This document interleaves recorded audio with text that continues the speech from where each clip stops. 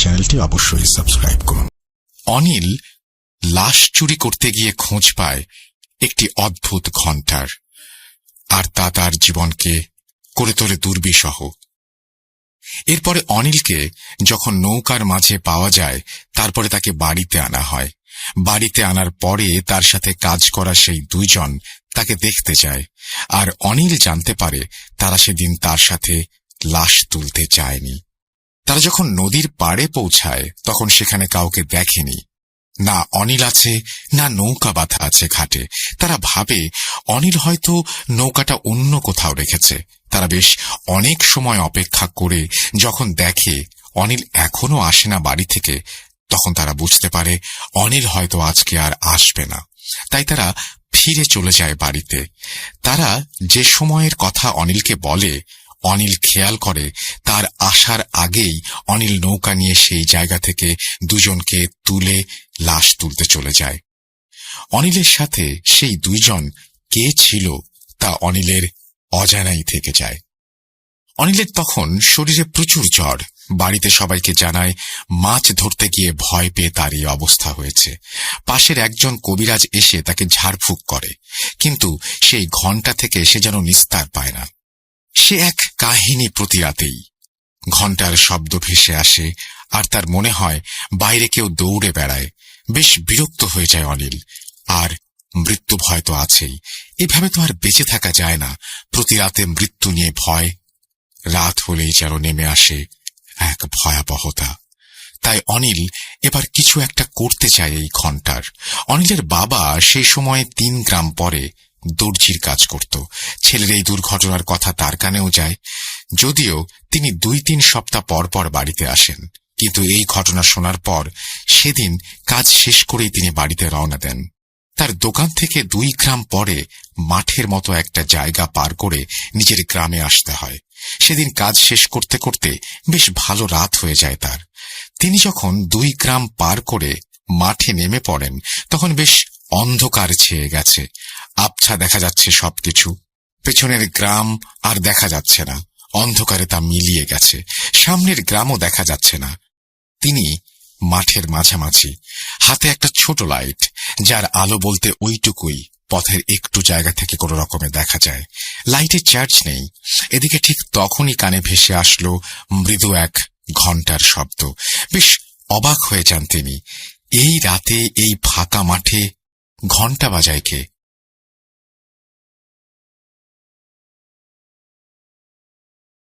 অল্প আলোয় লাইটটা চারপাশে ঘুরিয়ে দেখলেন তিনি। কিছুই দেখা গেল না। আরো একটু জোরে হাঁটা শুরু করলেন তিনি। এবার মনে হলো শব্দটা তাকে ঘিরে চক্রাকারে ঘুরছে। থেমে গেলেন তিনি। কি হচ্ছে আর এখন ঠিক কি করা উচিত, কিছু যেন মাথায় কাজ করছে না তার। হঠাৎ মনে হলো ঘণ্টার শব্দটা সামনে থেকে ধেয়ে আসছে তার দিকে। আস্তে আস্তে যেন জোরালো হয়ে উঠছে শব্দটা। শব্দটা যত কাছে আসছে তত একটা ছোট অবয়ব যেন অন্ধকার ফুঁড়ে বেরিয়ে আসছে তার দিকে। একটু পরেই তিনি দেখলেন বামন আকৃতির মানুষ একটা ঘণ্টা বাজাতে বাজাতে এগিয়ে আসছে তার দিকে। লোকটি খুব বেশি হলে 3 ফুট লম্বা হবে। তার পরনে সাদা ধপধপে ধুতি, আর গলা থেকে ঝুলে আছে একটা পৈতা। বামনটি ঘণ্টা বাজাতে বাজাতে পাশ কাটিয়ে চলে যায় অনিলের বাবার। তিনি কিছুটা অবাক হয়ে যান।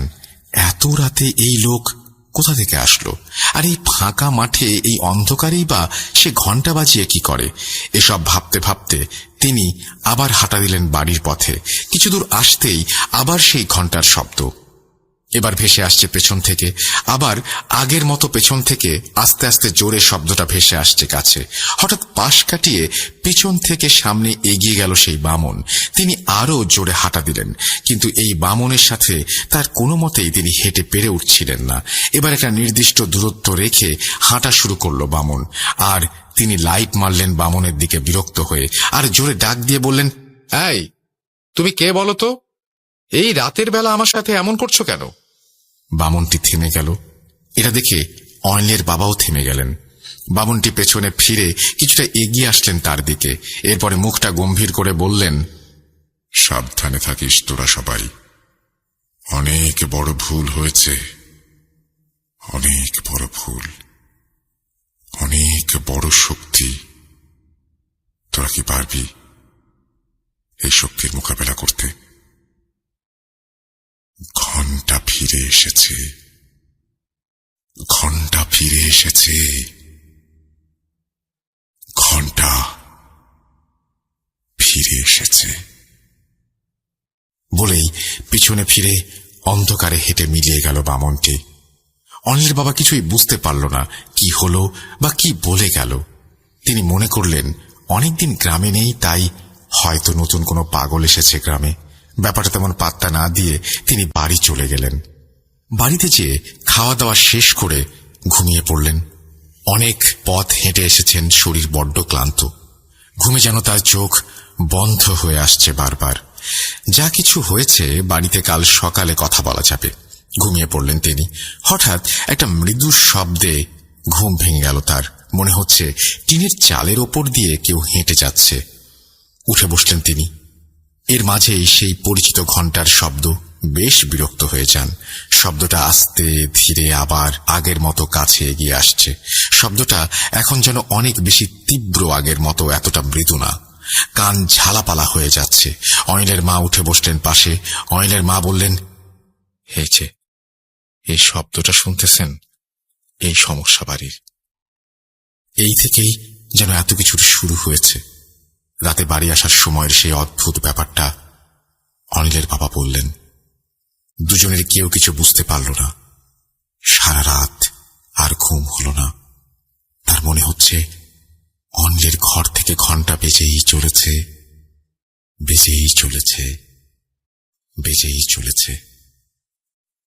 সকালে ওঠার পরে অনিলের ঘরের সামনে গেল তার বাবা।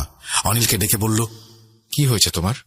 সারা রাত ধরে এই যে ঘন্টা বাজালে, এতে ঘুমানো তো দায় হয়ে গেছে। অনিল তখন সব ঘটনা খুলে বলে তার বাবাকে। তবে লাশ চুরির কথাটা না বলে সে মাছ ধরতে যে ঘন্টাটা পায় নদীর পাড়ে এটা জানায়। তার বাবা সব শুনে তারা দুজনে মিলে খোঁজ করতে থাকে এমন একজনকে যে পারবে এই বিপদ থেকে তাদের রক্ষা করতে। বেশ কদিন খোঁজা হলো এমন লোক, আর তার মাঝেও তাদের বাড়িতে এই অত্যাচার চলমান। এর মাঝে হঠাৎ 5 দিন পরে এমন এক লোকের খোঁজ পায় তারা, যে এই সব কাজ করে থাকে। দুজনে মিলে ঠিক করলো আজই বিকেলে এই ঘন্টা সাথে করে নিয়ে যাবে সেই লোকের কাছে। যে করেই হোক এর থেকে মুক্তি পেতে হবে। বিকেলে দুজন রেডি হয়ে চলে গেল সেই লোকের কাছে। অনিলের কাছে হাতে সেই ঘন্টার ব্যাগ। লোকটার কাছে যাওয়ার পরে ঘন্টার ব্যাগটা দিয়ে এর সমস্যার কথা খুলে বলল অনিল। লোকটি তাদের আশ্বস্ত করল এই সমস্যা ঠিক করে দেবেন তিনি। তারপরে তিনি ঘন্টাটা নিজের কাছে রেখে দিলেন আর বললেন, আমি খবর দিলে আসবেন। বাড়ি এসে অনিলের বাবা আবার কাজে চলে যায়। বেশ শান্তিতে আছে তারা, আর কোনো সমস্যা নেই। হাঁপ ছেড়ে বেঁচেছে অনিল। মনে হলো অনেক বড় বোঝা নেমে গেছে বুক থেকে। এর প্রায় 10 দিন আর কোনো সমস্যা হলো না। সবকিছু স্বাভাবিক। অনিল বাবা আবার আসছেন একদিন আগে বাড়িতে। অনিল আর তার বাবা উঠোনে বসে গল্প করছে সকালবেলা। হঠাৎ দেখলেন দূর থেকে একটা লোক আসছে তাদের দিকে। সেই লোক কাছে এসে বলল, আপনারা যাকে ঘন্টা দিয়ে এসেছিলেন তিনি আমাকে পাঠিয়েছেন। আপনাদের যত দ্রুত সম্ভব দেখা করতে বলেছেন, আর সম্ভব হলে এখনই আমার সাথে যেতে বলেছেন আপনাদের। অনিল আর তার বাবা রেডি হয়ে লোকের সাথে চলে যায়। লোকটি তাদের নিয়ে সোজা চলে গেলেন একটা হাসপাতালের দিকে। তারা কিছুটা অবাক হয়ে জিজ্ঞেস করল, এদিকে কেন? লোকটি তাদের বলল, আপনারা আসেন, আমি কিছু জানি না, তিনি আপনাদের সব বলবেন। অনিল আর তার বাবা যেয়ে দেখলেন একটি বেডে ডান হাত আর মাথায় ব্যান্ডেজ করা অবস্থায় শুয়ে আছে সেই কবিরাজ। অনিল আর তার বাবাকে দেখে কেঁদে ফেললেন সেই লোক। অনিল এগিয়ে এসে বলল, আপনার এই অবস্থা হয়েছে কি করে? লোকটির চোখ ছলছল করে উঠল। কান্না জড়ানো কণ্ঠে অনিলের দিকে তাকিয়ে বলল, আমার অনেক বড় সর্বনাশ হয়ে গেছে। আমার ছেলেটা নেই, ও কেড়ে নিয়েছে আমার ছেলেকে। বলেই কেঁদে উঠল লোকটি। তার চোখ দিয়ে গড়িয়ে পড়ল পানি। চোখটা মুছে লোকটি বলতে শুরু করল, তোমরা যখন আমাকে ঘন্টা দিয়ে গেলে তারপরে থেকেই ঘটতে থাকে অস্বাভাবিক সব ঘটনা। আমি জীবনে অনেক সমস্যা ঠিক করেছি, তাই এটা নিয়ে আমার তেমন কোনো চিন্তা ছিল না। আমি ঘন্টাটি আমার ছেলের ঘরে রেখেই ঘুমিয়ে গিয়েছিলাম। কিছু কাজ নিয়ে ব্যস্ত ছিলাম 2 দিন। কিন্তু প্রথম রাত থেকে একটা ঘন্টার শব্দ শুনতে পেতাম আমরা সবাই। মনে হতো বাড়ির চারপাশে সেটি চক্রাকারে ঘুরছে। আস্তে আস্তে তা এত বেশি তীব্র হয়ে উঠল যে ঘুমানো দায় হয়ে গেল। পরদিন আমি ঘন্টাটা নিয়ে বসি খোঁজ করার জন্য। সেদিন কিছু জানতে পারিনি, আর ঘন্টাটা রেখে রাতে শুয়ে পড়ি। সেদিন রাতে খেয়াল করি আমার টিনের চালের ওপর দিয়ে কেউ এ মাথা থেকে ও মাথা দৌড়ে যাচ্ছে। আমি উঠে বসলাম, তবে আজ ঘন্টার শব্দটা কেমন যেন একদিক থেকে ভেসে আসছে, চারপাশে ঘুরছে না। শব্দটা আস্তে আস্তে তীব্র হতে শুরু করলো। আমি লাইট হাতে বের হয়ে পড়লাম। তখন মনে হলো শব্দটা আমার ছেলের ঘর থেকে আসছে। আমার বউ সহ আমি ছেলের ঘরের দিকে গেলাম। গিয়ে দেখি দরজা ভেতর থেকে দেয়া। আমরা এত ডাকাডাকি করি, ছেলে কোনো উত্তর দেয় না। রুম থেকে একভাবে সেই ঘন্টার শব্দ হয়েই আসছে তো হয়েই আসছে, কোনো নিস্তার নেই। আমরা দরজার খিল ভেঙে ভেতরে গিয়ে দেখি আমার ছেলে ঘন্টা হাতে দাঁড়িয়ে আছে, আর ঘন্টা বাজিয়ে যাচ্ছে এক মনে। আমরা যেভাবে ঢুকলাম বা তার সামনে দাঁড়িয়ে আছি, এটাতে তার বিন্দুমাত্র কোনো হেলদোল নেই। ওর মা ওকে ধাক্কা দিল, তাও কথা বলে না, একভাবে ঘন্টা বাজিয়ে যাচ্ছে। এদিকে দেখি ঘন্টা দিয়ে হাত কেটে রক্ত বের হয়ে যাচ্ছে তার, তাও সে ঘন্টা বাজিয়ে যাচ্ছে। আমি কিছু পানি এনে দোয়া পড়ে তার গায়ে ছিটিয়ে দিতেই সে স্বাভাবিক হয়ে গেল, আর জানতে চাইল এত রাতে আমরা তার রুমে কেন, আর তার হাতে এটা কি, তার হাত কেটে গেল কি করে। আমি এত প্রশ্নের উত্তর না দিয়ে শুধু বললাম, কিছু হয়নি, তুমি ঘুমাও। রাতে আর কোনো সমস্যা হয়নি। রাতে আমি খুব চিন্তায় ছিলাম এই ব্যাপারটা নিয়ে। আগে অনেক কাজ করেছি, কিন্তু আমার পরিবারের ওপরে তো এমন কোনো সমস্যা নেমে আসেনি। সকালে ঘুম থেকে উঠেই আমি ছেলেকে ওর নানির বাড়িতে পাঠিয়ে দিলাম। একদিন পরে রাতে আমি আবার ঘন্টা নিয়ে বসলাম। আমার পরিচিত এক জিনের মাধ্যমে খোঁজ নিয়ে জানলাম, যা অনেক অস্পষ্ট। শুধু সে এটুকু জানালো, এটা অনেক শক্তিশালী একটি জিনের শক্তির উৎস, আর সেই জিনের রয়েছে অসংখ্য শক্তিশালী জিন বাহিনী। তারা তাকে ওস্তাদ বলে মানে, আর এর বিরুদ্ধে আমি কোনো কিছু করতে পারবো না। এই ঘন্টার ফিরে আসা উচিত হয়নি। ঘন্টা ফিরে এসেছে আবার। এসব শুনে আমিও কিছুই বুঝতে পারলাম না যে সে কি বলছে। অনেক চিন্তায় পড়ে গেলাম ব্যাপারগুলো নিয়ে। এরপরে আমি ভাবছি কি করা যায় এখন। এর মাঝেই মাঝরাতে বাইরে থেকে কেউ একজন আমার নাম ধরে ডেকে উঠল। আমি বাইরে যেতেই সে বলল, তোর ছেলে অনেক অসুস্থ, তাড়াতাড়ি যা ওর কাছে, না হলে ওকে বাঁচাতে পারবি না। ঘন্টা ওকে নিয়ে যাবে, শেষ করে ফেলবে ওকে, বলেই লোকটি যেন অন্ধকারে মিলিয়ে গেল। আমি কি করব বুঝতে না পেরে বাড়ি থেকে বের হয়ে পড়লাম আমার শ্বশুর বাড়ির উদ্দেশ্যে। আমার বাড়ি থেকে আমার শ্বশুর বাড়ি প্রায় 10 কিলোমিটারের পথ। এর মাঝে আবার নদীও পার হতে হবে। এই মাঝরাতে আমি কোনো যানবাহন বা নৌকা পাবো কিনা জানি না, কিন্তু আমি তবুও সময় নষ্ট না করে বেরিয়ে গেলাম। রাস্তা দিয়ে হেঁটে আমি ফসলি জমি আর মাঠের মাঝে দিয়ে হাঁটা শুরু করলাম। আমি হাঁটছি আর শিরশির করে বাতাস এসে লাগছে আমার মুখে। চারপাশে ঘন কালো অন্ধকারে ঘেরা। এর মাঝেই যেন সেই ঘন্টার শব্দটা আমি মৃদু শুনতে পাচ্ছিলাম আমার চারপাশে। এটা একটা বৃত্তাকারে আমার চারপাশে ঘুরছিল। আমি চারপাশে লাইট মারলাম, কিন্তু কিছুই দেখতে পাচ্ছিলাম না। এমনভাবেই আমি নদীর চারপাশে পৌঁছে গেলাম। চারপাশে শুনশান নীরবতা, নদীর পানির শব্দ ছাড়া আর কিছু নেই। নদীর ঘাটে নামলাম, দেখি 2টা নৌকা বাঁধা আছে। পাশেই একটা খড় দিয়ে বানানো ডেরা ঘর। সেদিকে তাকিয়ে আমি জোরে ডাক দিলাম, কোনো মাঝি ভাই আছে নদীর পাড়ে? কিন্তু কোনো উত্তর নেই। আমি আবার জোরে ডাক দিলাম, কোনো মাঝি ভাই আছে? থাকলে আমাকে নদীটা পার করে দিন। কিন্তু কোনো উত্তর নেই। আমি আবার জোরে ডাক দিলাম, এবারও কোনো উত্তর নেই। ভাবলাম কেউ হয়তো নেই, তাই আমি একটা নৌকার বাঁধন খুলে উঠে পড়লাম। সকালে এসে তাদের বুঝিয়ে দিয়ে বলবো এই আশায়। আমি তেমন ভালো নৌকা চালাতে পারছিলাম না, কিন্তু আমাকে যেতেই হবে। একজন বাবার কাছে তার সন্তানের চেয়ে বড় আর কিছু নেই। আমি যখন মাঝ নদীতে, তখন হঠাৎ দেখি নৌকার সামনের মাথায় কিছু একটা বসে আছে। আমি লাইটটা জেলে নৌকার পাটাতনের ওপরে রেখে দিয়েছিলাম, আর সেই আলোতেই দেখি সেখানে বামন আকৃতির সাদা ধুতি পরা একটা লোক বসে আছে। তার হাতে একটা ঘণ্টা, গলা থেকে ঝুলে আছে একটা পৈতা। আমি তখন নৌকা নিয়ে মাঝ নদীতে। সে আমার দিকে তাকিয়ে বলল, এতক্ষণে আপনার ছেলে হয়তো আর এই দুনিয়াতে নেই। ঘন্টা হয়তো তাকে মেরে ফেলেছে। আমি চিৎকার করে রাগান্বিত কণ্ঠে বললাম, কে তুমি? উত্তর দিল, আমি সাদা ঘন্টা। আমি তোমাকে সাবধান করতে এসেছি। এই ঘন্টা শুধু মৃত্যুই নিয়ে যায়।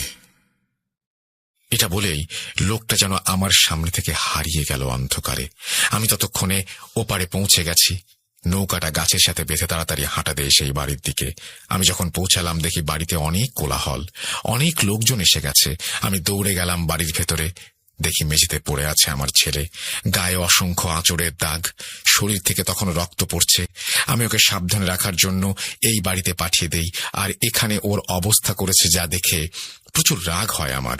আমার ছেলেটার কি দোষ করেছে? তার কেনই অবস্থা হবে? আমি পরদিন ছেলের লাশ নিয়ে বাড়ি ফিরে যাই আর আমার ছেলের এই অবস্থা করার জন্য প্রতিশোধ নিতে চাই। তাই গতদিন রাতে আমি একা একা রুমে বসে আমার সর্বোচ্চ শক্তি দিয়ে চেষ্টা করতে থাকি, যে করেই হোক আমি একে শেষ করে ছাড়ব। যখন আমি আমার কাজ শুরু করি তখন বাইরে প্রচুর পরিমাণে ঘন্টার শব্দ আসতে থাকে। আমি বেশ বিরক্ত হয়ে যাই। এর মাঝেই শুরু হলো ঝোড়ো বাতাস। মনে হলো সবকিছু তোলপাড় করে নিয়ে যাবে। হঠাৎ দরজা খুলে যায়, প্রচুর বাতাস ঢুকতে থাকে রুমে। আমার সবকিছু এলোমেলো করে দিচ্ছিল চারপাশে। হঠাৎ কিছু একটা বাতাসের বেগ রুমে ঢুকে আসলো। আমি কিছু বুঝে ওঠার আগেই মনে হলো আমাকে ওপরে তুলে মাটিতে ছুঁড়ে ফেললো। এরপরে আর কিছু মনে নেই। জ্ঞান ফিরে দেখি আমি হাসপাতালের বেডে। আমার ছোট্ট গোছানো পরিবারটা কেমন তছনছ হয়ে গেল। আমি এটা কিছুতেই মেনে নিতে পারবো না। আমি অভিশপ্ত ঘন্টা থেকে দূরে থাকতে চাই। তোমরা এটা নিয়ে যাও। আমি একটা লোকের সন্ধান দিচ্ছি, তোমরা তার কাছে যাও। তিনি হয়তো কিছু করতে পারবে। তার বউ ঘন্টার ব্যাগটা এগিয়ে দিল অনিলের দিকে। অনিল আর তার বাবা হাসপাতাল থেকে বের হচ্ছে আর চিন্তা করছে এখন তারা কি করবে। এই ঘন্টা থেকে কি কোনোই নিস্তার নেই? ঘন্টার ব্যাগটা হাতে নিয়ে বাড়ি ফিরে আসলো অনিল আর তার বাবা। দুজনের মুখেই চিন্তার ছাপ। এই ঘন্টা থেকে কি আসলেই তাদের নিস্তার নেই? দুদিন পরে হুজুরের দেয়া ঠিকানায় তারা যায়, তাদের গ্রাম থেকে বেশ খানিক দূরে। এবার অনিল তার বাবা আর অনিলের এক চাচাতো ভাইকে সাথে নেয় সে। যেহেতু বেশ ভালোই দূরের পথ আর নৌকা যোগে যেতে হয় সেখানে, তাই তিনজন চলে যায় তারা। ঠিকানায় গিয়ে দেখে তিনি বেশ বড় মাপের কবিরাজ। অনেক লোক বসে আছে, তাদেরও সিরিয়াল দিতে হলো। তারা পৌঁছালো দুপুরে, কিন্তু সবকিছু শেষ করে যখন তাদের ডাক পড়ল তখন পড়ন্ত বিকেল। চারপাশে রোদের রেখা ক্ষীণ হয়ে আসছে। তারা যখন কবিরাজের কাছে সেই ঘন্টা দেয়, কবিরাজ তা দেখে নিয়ে আগে সব শুনে নেয়। তারপরে বলে, আপনারা ঘন্টাটা রেখে যান, 7 দিন পরে আবার আসবেন। আমি 7 দিনের মাঝে এটা নষ্ট করে দেব। তারা যখন উঠে চলে আসবে ঠিক তখনই কবিরাজ পেছন থেকে ডাক দেন আর বলেন, এখন তো প্রায় সন্ধ্যা আর তোমাদের বাড়ি যেতে রাত হয়ে যাবে। যদিও ভালো বাইরে চাঁদের আলো, তারপরেও এই নাও, এটা হাতে বেঁধে নাও। এই বলে কবিরাজ তাদের তিনজনের দিকে 3টা তাবিজ এগিয়ে দিলেন। তাবিজগুলো হাতে বেঁধে নিয়ে তারা বেরিয়ে আসলো ঘর থেকে। চারপাশ কেমন অস্পষ্ট হয়ে আছে, ঝাপসা একটা অন্ধকারে। তারা হাঁটা দিল নদীর দিকে। নদীর কাছে যখন তারা আসলো, অনেকটাই অন্ধকার কেটে চাঁদ উঁকি দিচ্ছে মাথার ওপর, আর চাঁদের আলোয় নদীর পাড়ে তা যেন চিকচিক করে উঠছে। তারা উঠে বসলো নৌকায়। এদিকে অনিল বসে আছে মাঝের দিকে, অনিলের বাবা বসে আছে সামনে, অনিলের চাচাতো ভাই তখন নৌকা চালাচ্ছে। বেশ কিছু দূর এসেছে তারা। এর মাঝে অনিলের বাবা নৌকা চালাচ্ছে তখন। মাথার ওপরে পূর্ণ চাঁদ, নৌকার সাথে পানি ধাক্কা খাওয়ার শব্দ আর ঝিরিঝিরি বাতাস। বেশ ভালোই লাগছে অনিলের। এর মাঝে এতদিন পরে আবার সেই ঘন্টা থেকে মুক্তি। ওখানে যাওয়ার পরে শুনেছে এই কবিরাজ নাকি এমন কোনো কাজে ব্যর্থ হননি, তাই এবার আশাটা অনেক বেড়ে গেছে তার। এবার হয়তো মুক্তি পাওয়া যাবে। এসব চিন্তা করতে করতে চোখ লেগে এসেছিল অনিলের। হঠাৎ একটা মহিলার চিৎকারে ঘুম উবে যায়। তারা তিনজনই দেখে নদীর ওপার থেকে একটা মহিলা জোরে জোরে তাদের ডাকছে। এত রাতে একটা মহিলা এভাবে নদীর পাড়ে দাঁড়িয়ে বেশ অবাক হয়ে যায় তারা। অনিলের বাবা মহিলাকে উদ্দেশ্য করে বলে, কি হয়েছে, আপনি ডাকছেন কেন? মহিলা বলে, আমাকে কি আপনাদের সাথে নিতে পারবেন? আমাকে সামনের ঘাটে নামিয়ে দেবেন। আমার ছেলেটা খুব অসুস্থ, এখানে এসেছি কাজে। আর এত রাতে যাওয়ার কোনো নৌকা পাচ্ছি না, এই উপকারটুকু যদি করতেন। অনিলরা দেখল একটা মহিলা এত রাতে এখানে, তারাও ওইদিকে যাচ্ছে, তাহলে সাথে করেই নিয়ে নিক, যে নামিয়ে দেবে। অনিলের বাবা নৌকাটা পাড়ের দিকে নিলেন। তারপরে মহিলা নৌকায় উঠে বসল। মহিলার হাতে একটা কাপড়ের পোটলা। নৌকায় ওঠার পর অনিলের বাবার সাথে দু একটা কথা হয় মহিলার। নৌকা চলতে শুরু করে। সবাই চুপ। চারপাশে শব্দ ছাড়া আর কিছুই নেই। অন্যরকম নীরবতা চারপাশে। মহিলাটি নৌকার একপাশে ডান হাতের কয়েকটি আঙুল দিয়েছে পানিতে। হঠাৎ অনিলের চাচাতো ভাইয়ের চিৎকার, চাচা, সামনেটা কি ভেসে আসছে? অনিলের বাবা তাকিয়ে দেখেন সামনে সাদা কাপড়ের মতো কিছু একটা ভেসে আসছে তাদের দিকে। অনিলের বাবা নৌকাটা কোনোভাবেই যেন এদিকে সরিয়ে নিতে পারছেন না। ভয়ে তার মুখ ফ্যাকাশে হয়ে গেছে। অনিল তখন বাবার সাথে ধরে বৈঠা দিয়ে সর্বোচ্চ চেষ্টা করে নৌকাটি অন্যদিকে নিতে, কিন্তু শেষ পর্যন্ত তার নৌকাটা আর সরাতে পারল না। ততক্ষণে সামনে আসা সেই সাদা বস্তুটা আরো কাছে চলে এসেছে ভাসতে ভাসতে। কাছে আসতেই স্পষ্ট হয়ে গেল এটা আর কিছু নয়, এটা একটা কাফনে মোড়া লাশ।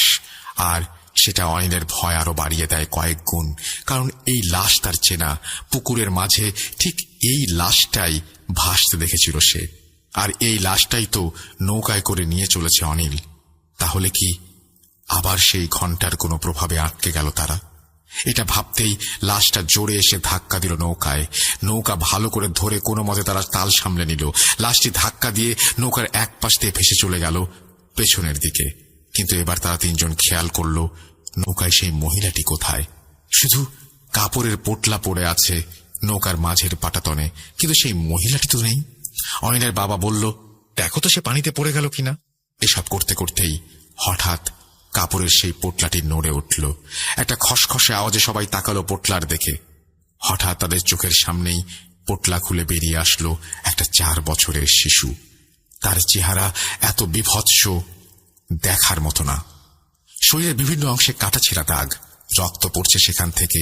সেই রক্তে ভিজে যাচ্ছে নৌকার পাটাতন। ছোট ছেলেটি নৌকার ওপরে লাফাতে শুরু করে। ছেলেটি শরীর থেকে রক্ত ছিটে এসে লাগলো তাদের শরীরে। এমন অবস্থা যে নৌকার উপরে আর থাকা যাচ্ছে না। অনিলের বাবা তাড়াতাড়ি নৌকাটা পাড়ের দিকে নিলেন। এরপরে সবাই নৌকা থেকে লাফ দিয়ে মাটিতে নেমে পড়ল। মাটিতে নামার সাথে সাথে অনিল বুঝতে পারল কি ভুল করেছে তারা। অনিল তো এখানেই এসেছিল লাশ চুরি করতে, সামনেই তো সেই মাঠ। কিন্তু ততক্ষণে আর কিছু করার নেই। অনিলের বাবা আর ভাই দৌড়ে কোথায় যেন হারিয়ে গেছে। অনিল জোরে জোরে তার বাবাকে ডাকতে লাগলো আর দৌড়াতে শুরু করে দিল। সামনের একটা গাছের সারির পাশে দৌড়াচ্ছে অনিল। হঠাৎ অনিল দেখে তার বাম পাশের গাছের সারির ওপাশ দিয়ে অনেক বড় বিশালাকার ধূসর একটি মানুষের মতো অবয়ব দৌড়াচ্ছে, আর তার কাঁধে বসে আছে একটা কালো কুচকুচে বামন আকৃতির লোক। তার হাতে একটা ঘণ্টা, আর সে সেই ঘণ্টাটি বাজাচ্ছে। আর বিশাল সেই অবয়বটি অনিলের সাথে দৌড়ে যাচ্ছে সমান তালে। অনিল ভয়ে হাত পা নাড়াতে পারছে না। সে চিৎকার করে ডাকতে শুরু করলো, বাবা কই তোমরা? আমাকে বাঁচাও এই ঘন্টার হাত থেকে, আমাকে বাঁচাও। কিন্তু সেই চিৎকার যেন আজ কারো কানেই যাচ্ছে না। কেউ নেই কোথাও। অনিল ভাবতে শুরু করলো, তবে এটা কি শেষ? এভাবে কি তার জীবনের প্রদীপ নিভে যাবে? ঠিক তখনই তার বাবা ডেকে উঠল, কই অনিল, এদিকে আয়। সেই ডাকের উচ্চ ধরে দৌড়াতে লাগলো অনিল। সামনে সেই চেনা পুকুর, পাশের অবয়বটা আর নেই। অনিল পুকুর পার হতেই দেখল তার ভাই আর বাবা দাঁড়িয়ে আছে আগের সেই জায়গায়, সেই বাড়িটার কাছে। অনিল কাছে যেতেই দেখে হারিকেন হাতে দাঁড়িয়ে আছে সেই বৃদ্ধ আর বৃদ্ধা লোকটি। অনিল যেই তার বাবার হাত ধরে বলল, এ তোমরা কোথায় দাঁড়িয়ে আছো? এরা কেউ তোমাদের সাহায্য করবে না, এরা কেউ মানুষ নয়। অনিলের বাবা অনিলকে ধমক দিয়ে বলে, জলজ্যান্ত মানুষ সামনে দাঁড়িয়ে আছে, তুই বলছিস এরা মানুষ না? কি বকছিস? বৃদ্ধ লোকটি অনিলের বাবার দিকে তাকিয়ে বলে, ও ঠিক বলেছে, অনেক বছর আগে মরে গেছি আমরা।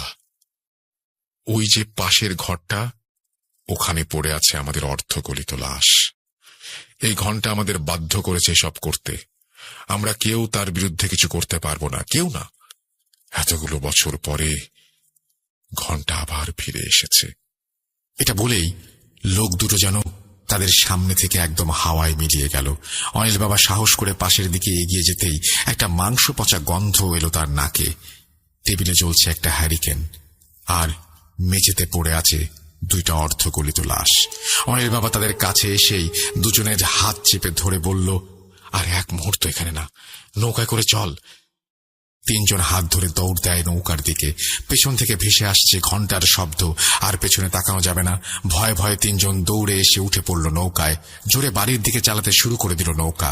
তারা যখন বাড়ির ঘাটে এসে পৌঁছালো, তখন চারপাশে দিনের আলোর আভা ফুটে উঠেছে। পূর্ব দিক থেকে দেখা যাচ্ছে একটা লাল আভা। ক্লান্ত তিনজন তখন নৌকা থেকে নেমে হাঁটা দিল বাড়ির দিকে।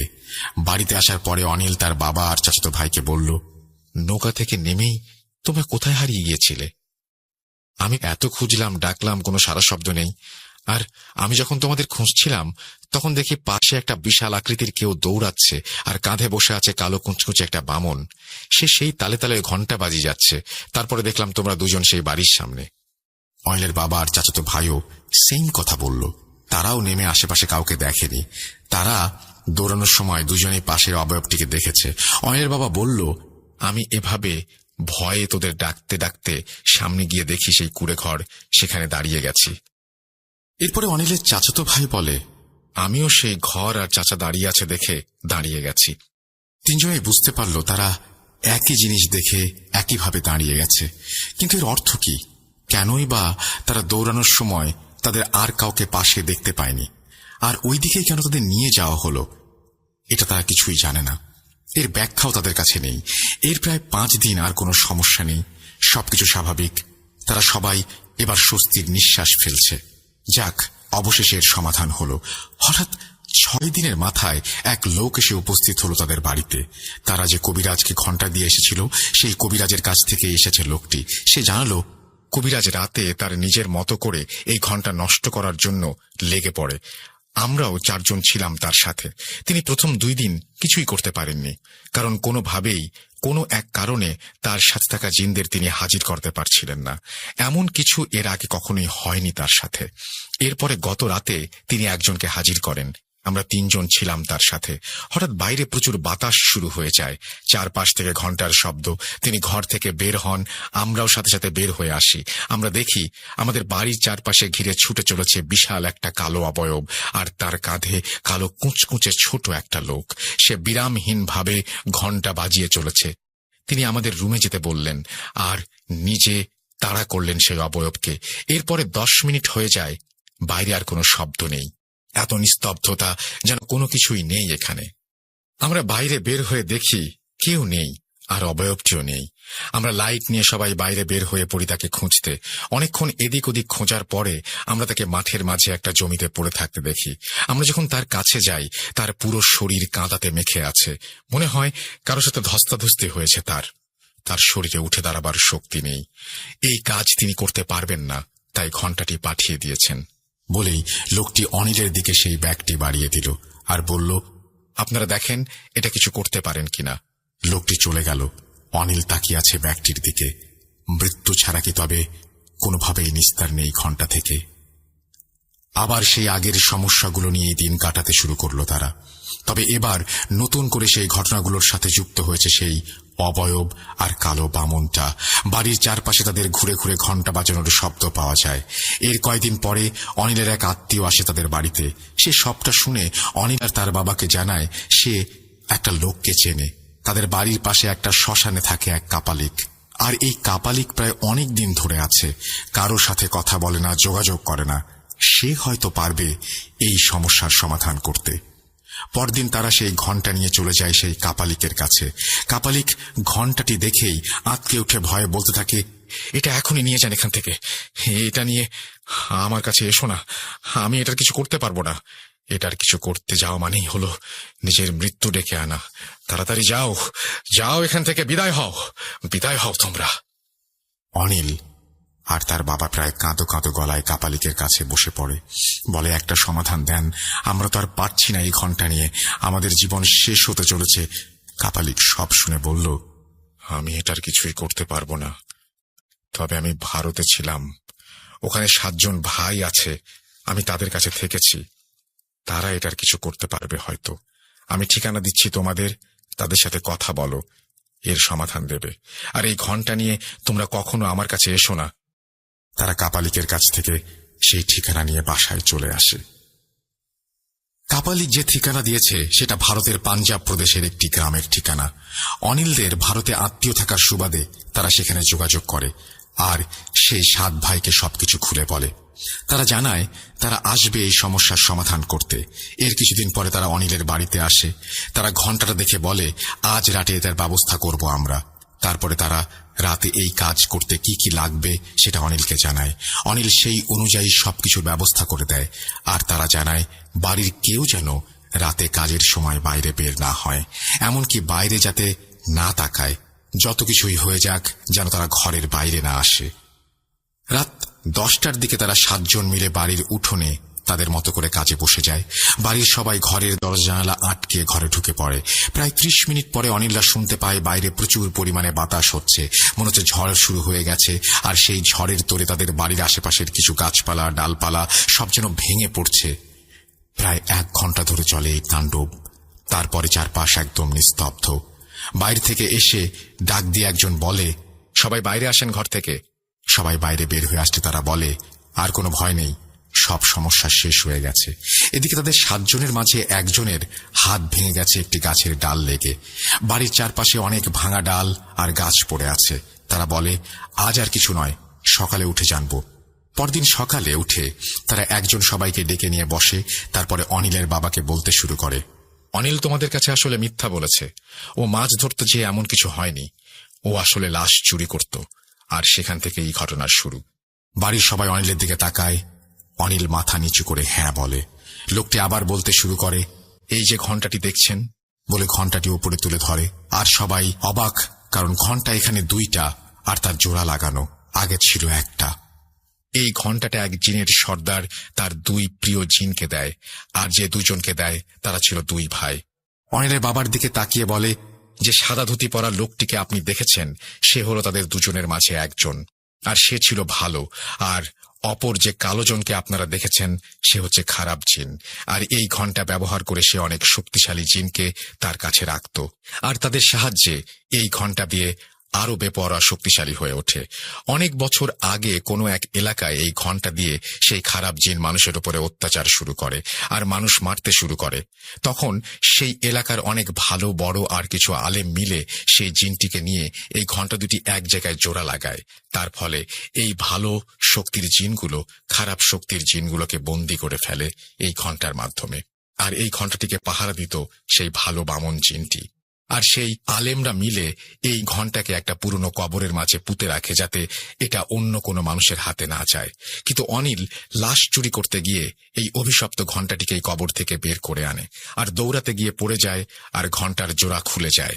সাথে সেই বন্দী থাকা জিনগুলো ছাড়া পেয়ে যায়। আর এত বছর এভাবে বন্দী থাকার ফলে তারা মানুষের উপরে ক্ষিপ্ত হয়ে এই তাণ্ডব চালাতে থাকে। আর তোমরা যে বৃদ্ধ লোক 2টি আর মহিলাকে দেখেছ, তারাও এই ঘণ্টার শিকার। ঘণ্টা যখন প্রথম মানুষের ওপর অত্যাচার করে সেই সময় তাদের মেরে ফেলে, আর তাদের অবয়ব ধরে এসে খারাপ জিনগুলো তোমাদের ভয় দেখাতে থাকে। সেদিন হয়তো তাবিজগুলো হাতে বাঁধা না থাকলে তোমাদের নদীর মাঝে মেরে ফেলতো তারা। আমরা যখন কাজে বসি তখন সেই ভালো জিনটি আসে আমাদের সামনে। সেই বামন আমাদের জানায় ঘণ্টার অন্য পার্টটা সেই কবরস্থানে জঙ্গলের মাঝে পড়ে আছে, আর এই সব কথা আমাদের জানায়। তার সাহায্যে আমরা সেই পার্টটা নিয়ে আসি, আবার জোড়া লাগিয়ে খারাপ জিনগুলোকে বন্দী করে ফেলি। আর কোনো সমস্যা নেই, এই ঘণ্টাকে নিয়ে যাচ্ছি আমাদের সাথে করে। আমরা এটাকে গিয়ে নষ্ট করে ফেলব, আর এর সাথে থাকা সকল খারাপ শক্তির কার্যকারিতা নষ্ট করে দেব। এরপরে তারা চলে যায়। এরপরে অনেকগুলো বছর কেটে যায়, আর কোনো সমস্যা হয়নি। অনিল তার সেই লাশ চুরির পেশা ছেড়ে দেয় চিরতরে। অনিল অনেকদিন পরে সেই মাঠে যায় যেখানে সে লাশ চুরি করতে যে পুকুর আর কুড়ে ঘর দেখেছিল। কিন্তু অবাক করা ব্যাপার, পুরো দিনের আলোতে সে কোনো পুকুর বা কুড়ে ঘরের চিহ্ন পর্যন্ত দেখেনি। তবে অনিল এই ঘটনার পর থেকে শুকাতে শুরু করে, আর এখনো কিছুটা শারীরিকভাবে অসুস্থ। যদিও ঘণ্টার আর কোনো সমস্যা নেই, তবে অনিলকে একটা ভয় এখনো তাড়িয়ে বেড়ায়। যদি ঘণ্টা আবার ফিরে আসে কোনোভাবে বা কোনো কারণে, তাহলে কি আবার তার জীবন এমন দুর্বিষহ হয়ে উঠবে? মৃত্যুই কি তবে আবার শেষ করে দেবে সেই ঘণ্টার যন্ত্রণার অবসান? অনিল এখনো রাতে ভালো করে ঘুমাতে পারে না। মনে হয় এই বুঝি ঘণ্টা ফিরে আসলো আবার মৃত্যু নিয়ে। এই ছিল ঘন্টার ঘটনা। চমৎকার একটা ঘটনা। আমি মনে হয় এরকম ঘটনা আমার জীবনে খুব কম পেয়েছি। Thank you very much Tanvir, Tushar. আপনাদের জীবনে যদি এরকম ঘটনা থাকে পাঠিয়ে দিন আমাকে। আমার ইমেল অ্যাড্রেস হচ্ছে russell.booth.com@gmail.com। আপনাদের ঘটনার অপেক্ষায় থাকলাম। আশা করছি আপনারা ঘটনা পাঠাবেন। আল্লাহ হাফেজ। আমরা চলে যাচ্ছি আমাদের পরবর্তী ঘটনায়।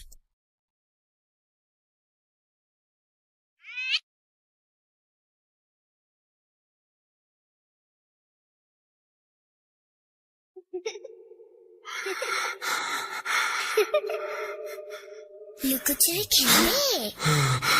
লুকোচুরি তুমি লুকাও, আমি ঠিকই তোমাকে খুঁজে পাবো।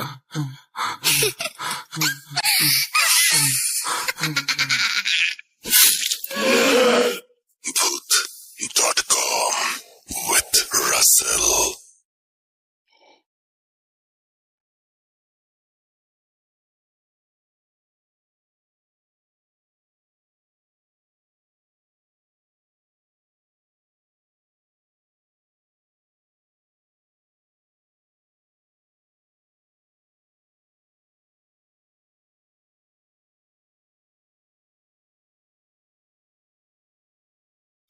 Welcome back. আশা করছি আপনারা সবাই ভালো আছেন এবং ভালোর দলে আছেন, আর আমিও ভালো আছি। আর আমাদের ঘন্টার ঘটনা শেষ করার পরে নিশ্চয়ই আপনাদের আরো বেশি ভালো লাগছে এবং আশা করছি বাকি সময়টা আপনাদের আমাদের সাথে আনন্দে কাটবে। আমি আপনাদের একটু বলে দেই যে আমাদের ইমেল অ্যাড্রেস হচ্ছে russell.booth.com@gmail.com। যারা আরও তানভীর তুষারের মতো ঘটনা আমাদেরকে পাঠাতে চান, এরকম চমৎকার ঘটনা, তারা সেখানে আমাদেরকে ঘটনা পাঠিয়ে দিতে পারেন। আপনারা নিশ্চয়ই জানেন যে আমরা চেষ্টা করছি আপনাদেরকে সেরাটা উপহার দেবার, এবং আপনারা জানেন নিশ্চয়ই যে আমরা ভার্চুয়ালি আপনাদেরকে স্টুডিওতে আমন্ত্রণ জানাচ্ছি। আপনাদের ইমেইলের সাথে শুধু লিখতে হবে যে ভার্চুয়ালি আপনি আমাদের স্টুডিওতে উপস্থিত থাকতে চান, বাকিটা আমরা দেখব। যদি আপনাদের ঘটনা সিলেক্টেড হয়, definitely you will get a call from me, আর আমি সেটা আপনাদেরকে জানিয়ে দেবো যে কিভাবে আমার সাথে পার্টিসিপেট করতে হবে ভার্চুয়ালি। আমরা কোভিডের মাঝখানে আমি বলছিলাম যে অনেক নেগেটিভ কাহিনী ঘটেছে, কিন্তু পজিটিভ ব্যাপারটা হচ্ছে যে আমরা টেকনোলজিকে ব্যবহার করতে শিখেছি, এবং টেকনোলজির যে অবদান, সেই অবদান অনুযায়ী আমি বিশ্বাস করি যে খুব অল্প কিছু দিনের মধ্যেই আমরা চাইবো যে আপনারা এভাবে শুনতে পাবেন যে স্টুডিওতে ভার্চুয়ালি সবাই এসে ঘটনা শেয়ার করছে। সুমন আহমেদ আমাদের সঙ্গে আছেন, এবং তিনি কিবোর্ডিস্ট সুমন আহমেদ বাংলাদেশের পতাকা এবং আর্জেন্টিনার পতাকা দিয়েছেন। তার মানে তিনি প্রথমে শ্রদ্ধা জানিয়েছেন বাংলাদেশের পতাকা দিয়ে আমাদের শহীদদের এবং আমাদের মুক্তিযোদ্ধাদের। আমাদের মুক্তিযোদ্ধা মানে বাংলাদেশের 7 কোটি মানুষ তখন যারা ছিল, তাদের মানে সেই মানুষ যে অবর্ণনীয় আত্মত্যাগের মাধ্যমে নিয়ে এসেছিল স্বাধীনতা, সেই শহীদ প্রতিটি মুক্তিযুদ্ধের পরিবার এবং প্রতিটি বীরকে জানিয়েছেন শ্রদ্ধা। আমরা বলেছিলাম যে আজকে আপনারা যে কমেন্টটি করবেন সেই কমেন্টের শুরুতে এক পতাকা দিবেন। Thank you Suman Ahmed. নির্জন আমাদের সঙ্গে আছেন, তিনি বলছেন যে আমি এবং আমার মা একসাথে শুনছি। Thank you very much. আপনারা ময়মনসিং থেকে আছেন। এমডি আশিকুল ইসলাম রায়ান পতাকা শেয়ার করে তারপরে জানিয়েছেন যে বাগেরহাট থেকে তিনি শুনছেন। হানিফ শিকদার পতাকা শেয়ার করেছেন। প্রতি শুক্রবারের মতো আজও শুনছি ঢাকার ধামরাইয়ের গাঙ্গুটিয়া ইউনিয়নের দক্ষিণ হাতকড়া গ্রাম থেকে। ইরফান আহমেদ আমাদের সঙ্গে আছেন এমডি আশিকুল ইসলাম রায়হান, তিনিও পতাকা শেয়ার করেছেন এবং সালাম জানিয়েছেন। থ্যাংক ইউ সো মাচ আমাদের সাথে থাকার জন্য, আমাদেরকে এভাবে উৎসাহ দেওয়ার জন্য। অর্ণব রমিও আমাদের সঙ্গে আছেন, আমাদের সঙ্গে আরো অনেকেই আছেন। আজকের কমেন্টগুলো হোক, যেহেতু আমরা খেলা নিয়ে অনেকেই বিজি। রাজু খান সৌদি আরব থেকে বাংলাদেশের পতাকা দিয়ে শুরু করেছেন তার কমেন্ট। ওয়াহিদ ফিরোজ পতাকা দিয়েই শুরু করেছেন তার comment. Thank you very much. এবং আমরা যেহেতু বাঙালি এবং আমাদের যেহেতু বিজয়ের মাস হচ্ছে ডিসেম্বর, এবং আমরা আজকে এই দিনটা নিয়ে আমরা এই মাসটা নিয়ে খুবই গর্বিত এবং আমাদের গর্বের কারণও রয়েছে। সুতরাং আমরা চাই যে আপনারা যারাই এখানে আছেন, যারাই আমাদেরকে শুনছেন, প্রত্যেককে আমি অনুরোধ করব যে পতাকা, ওয়ার্ল্ড কাপের জন্য আমরা বিভিন্ন পতাকা নিয়ে সাপোর্ট করছি প্রিয় টিমকে, সেটা দোষের কিছু নয়, কিন্তু আজকে যেহেতু বিজয়ের মাস, আমরা শ্রদ্ধা জানাবো ঠিক এইভাবে পতাকা দিয়ে শুরু করব আমাদের comment. Thank you very much যারা পার্টিসিপেট করেছেন তাদের সবাইকে। আমরা চলে যাব আমাদের পরবর্তী ঘটনায়। সময় খুব কম, খেলা শুরু হয়ে যাবে, সবাই ভেগে যাবে। সুতরাং আমি চলে যাই পরের ঘটনায়। আশা করছি এই ঘটনাটি আপনারা শুনবেন। আমরা চলে যাচ্ছি আমাদের পরবর্তী ঘটনায়। চলুন শুনে আসি। Booth.com with Russell.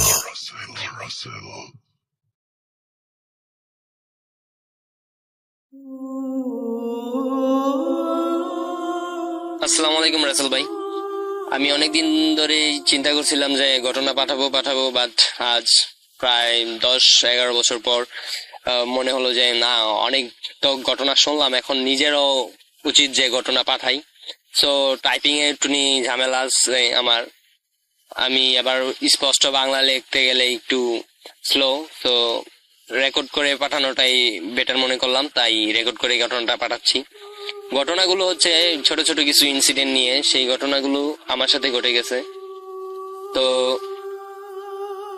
আমি যখন ছোট ছিলাম তখন আমাদের টিনের ঘর ছিল, তো আমরা তখন টিনের ঘরে থাকতাম।